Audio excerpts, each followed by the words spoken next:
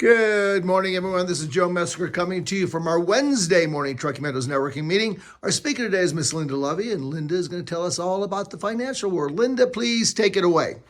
Hello, as Joe said, I'm Linda Lovey, and we talked about what I should present, and I asked for some suggestions, and somebody said tell some of the stories. So that was one of the opportunities I said. So what I'm going to do is a Jeopardy Part 1, because there's so many stories, there's no way I can share them all. I've been in the business for over 20 years, so as you can guess, I've got lots of experiences that I can share and help other people avoid the pitfalls, and also share successes. So the categories are Can't Buy Love, Part 1. Can't Buy Love, Part 2. Murphy's Law, Anyone Can. It Can Happen to Anyone. Drop Fear, Greed.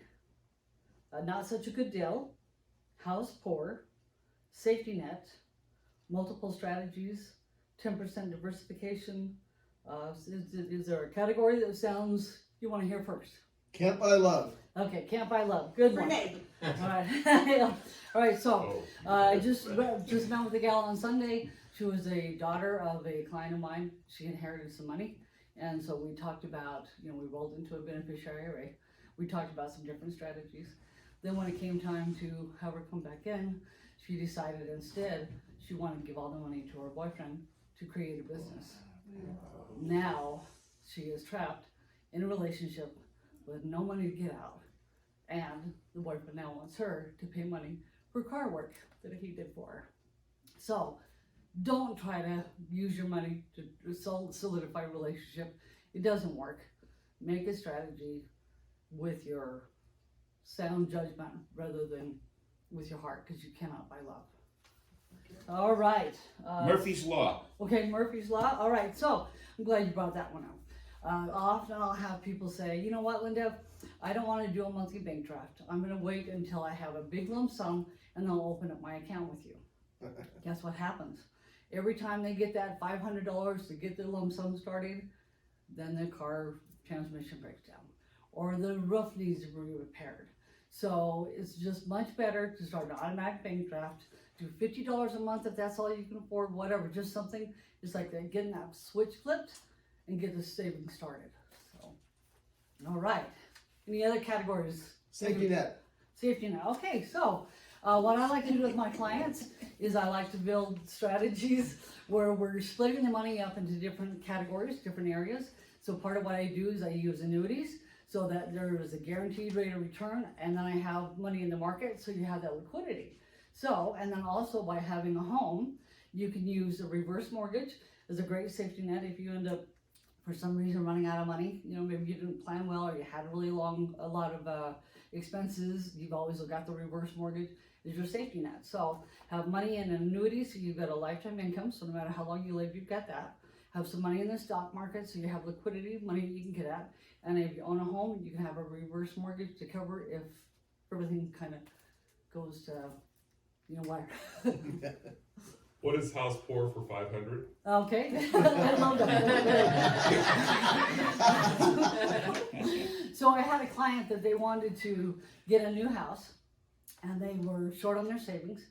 And so we talked about the whole deal. I said, why is it you want a new house? And they said they didn't like their kitchen.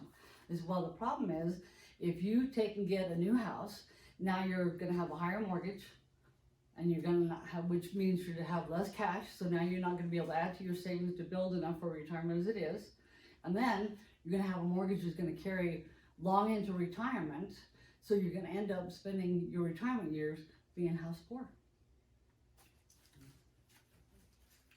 And the answer to that was?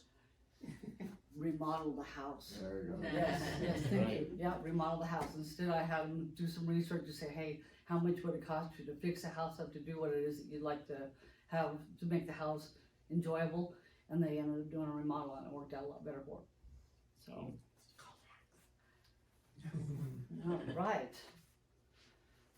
Any other particular ones? One I think I do want to share is a 10% diversification, because I've seen this quite often.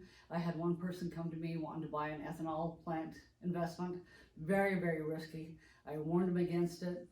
Don't do ever more than 10% of what you have in your portfolio in something that risky.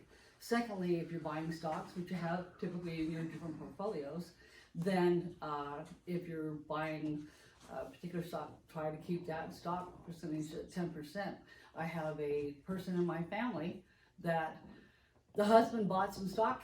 It did real well. He liked it so well, he went and mortgaged his home. They lived in a state where the wife didn't have to sign off on it. He bought a whole bunch of it, and it was on credit. So then when it went belly up, they had to sell the house, and they literally were moving from kid to kid to kid, living with them. Then when he died, she's living by herself in a camper or a truck, driving around to whichever kids she could stay with. So be careful of that. Be very, very careful. So. Double Jeopardy. Yes. Can't buy love 2 for $2,000. Okay, cool. All right, so when I was over at the bank in the wealth management team, we had a client that she had a lawsuit she'd won for a diet pill that she'd taken and created health problems. So she won a big lump sum of money, and then all of a sudden, guess who comes back into her life? An ex-boyfriend. So they start having fun together. They decide, okay, we're gonna go buy some quads. So they have quads so they can go out and chase around. Well, if they have a quad, they have to get a trailer. Well, so she buys a trailer. Well, if she's got a trailer, she's got to go buy a big truck. So she goes and buys a big truck. So the next thing you know, all the money is gone. She did a house, so at least she did use part of the money for a down payment on a house, but all the rest of the money was gone. And then after the money was gone, guess who left? So, again, these are all true stories that I've had kind of experiences with. And I like to kind of help people be aware when they're making decisions of what the worst case scenario and the best case scenario, and find a way to maneuver it between those. So, all right. Cool. I don't remember the categories, so you can pick one. Okay, let's see. Oh, anyone can. This is a nice little light one. So I met a gal that had a nursing home. She had a gentleman from another island, outside of the United States that worked for her. And she wanted to see him get started and put money aside. So since he didn't speak English very well, and he'd gotten citizenship here and everything, since he didn't speak English very well, his daughter came in with him. So we got him started with a Roth IRA. She didn't want to start at that time, but then after a year or two, she saw what her dad's account was doing. So she decided she was going to come in and she opened up an account. So the two of them worked together. And lo and behold, even though he was working just barely above minimum wage, they were able to save enough money together, and they bought a house.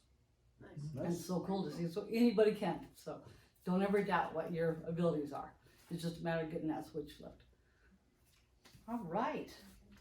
How are we doing on time? 8 minutes right now. So you want to? All right. Sounds good. I think we should be. Oh yeah, one last thing. A client of mine had came in, and the market had been tanking. He'd been adding money to his account every single month, and he decided, oh man, I don't know what's going on. I'm going to be going to Austria when I retire. I want to stop everything. I'm done. I want to just kind of yank it out. And so I talked to him. I said, look, remember the ups and downs in the stock market. This is just a phase through the stock market. We've got your portfolio invested according to your time frame. So he held tight, and then 6 months later, he called me up and said, I am so glad you talked me off that edge. And 3 different times he told me thank you over the course of time after that for helping him to see past the temporary adjustments in the market. So the moral is, don't work out of fear or greed. Look at your long-term portfolio and build it accordingly. So Linda, tell us how people can get a hold of you. All right, so my phone number is 775-544-4714. Again, that's 775-544-4714. And my website is www.llovie.com. And there's lots of stories in there too on my website.